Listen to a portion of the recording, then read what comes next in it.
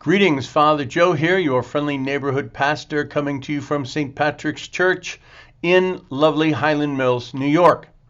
Today is Palm Sunday.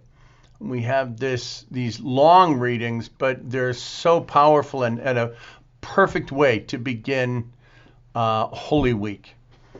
Here at St. Patrick's, we've been working during Lent to have a deeper, a more personal relationship with Jesus.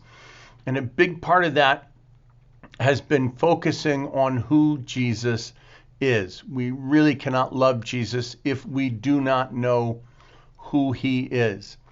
And so we're going to focus today a little bit on Jesus's humanity and a lot on his divinity.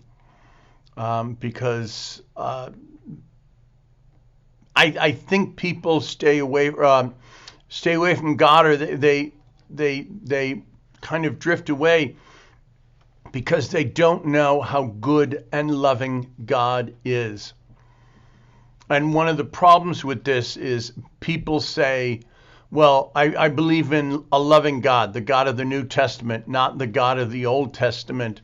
You know, that angry, wrathful, punishing God. And then they will kind of demonstrate that by pointing to Jesus. And they say, well, God so loved the world that he sent his only begotten son.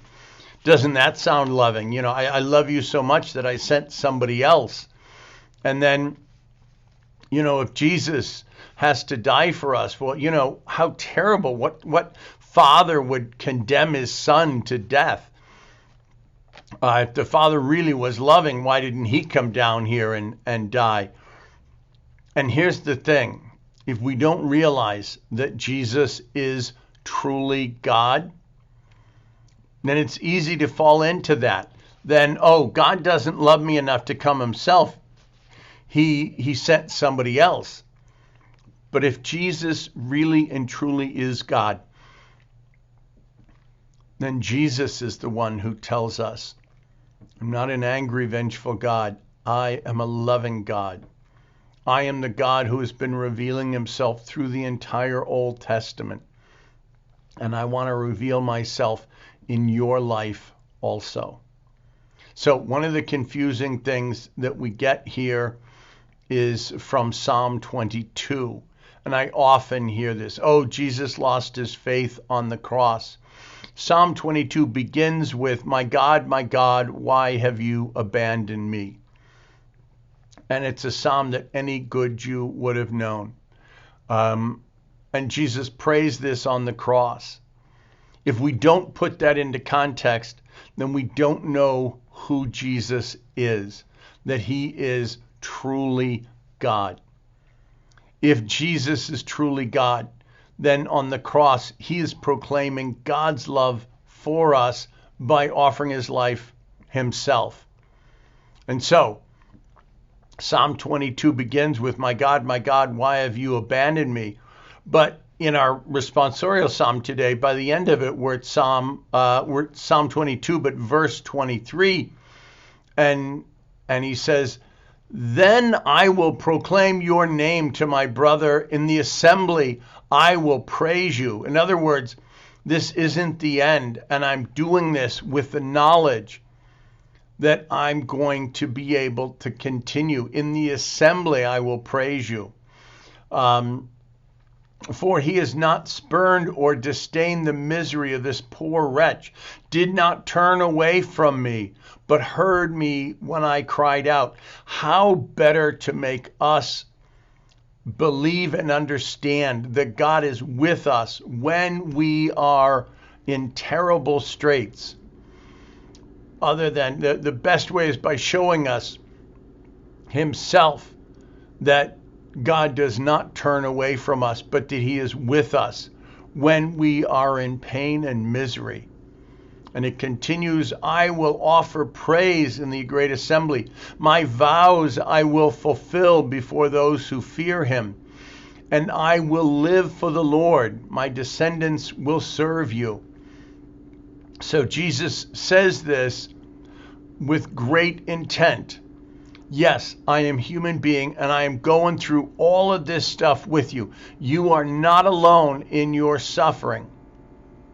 But he's also God, and he will demonstrate for us that even though he dies, he will rise again. He will sing God's praises. He's going to lead this great assembly. And so we go to our second reading today from St. Paul's letter to the Philippians, chapter 2.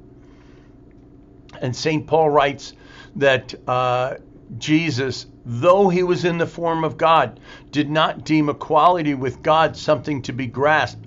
Rather, he emptied himself. Right? So Jesus is truly God, but out of love for us, he lays down his life. In other words, God, who we thought might be angry or vengeful, isn't, but he's emptying himself. And he does this so that he can share in our humanity. It says here, rather, he emptied himself, taking the form of a slave. Wow. All right, so he not only emptied himself, but he made himself a slave, coming in human form, in human likeness and found in human appearance. He humbled himself. I don't see how we can say, oh my gosh, God is evil, he's wrathful. This is the God who comes down to share in our human condition. This is the God who doesn't want to punish us because he dies, the righteous for the wicked. He doesn't wait for us to be out of sin to forgive our sins. All right, so he becomes human in appearance. He humbles himself and he becomes obedient to the point of death on a cross. God asks us to be obedient also. Very few of us are called to be obedient unto death, or in other words, at the cost of death. But Jesus is God and he loves us and he wants us to imitate him. So during this Holy Week, ask Jesus to show you more of himself. Just open your mind to the possibility of thinking, what was Jesus doing at this time during Holy Week? What was he going through? What were his thoughts and his feelings? And then just open your heart. The more we know Jesus, the more we love Jesus, the more we want to unite ourselves to him. So have a good and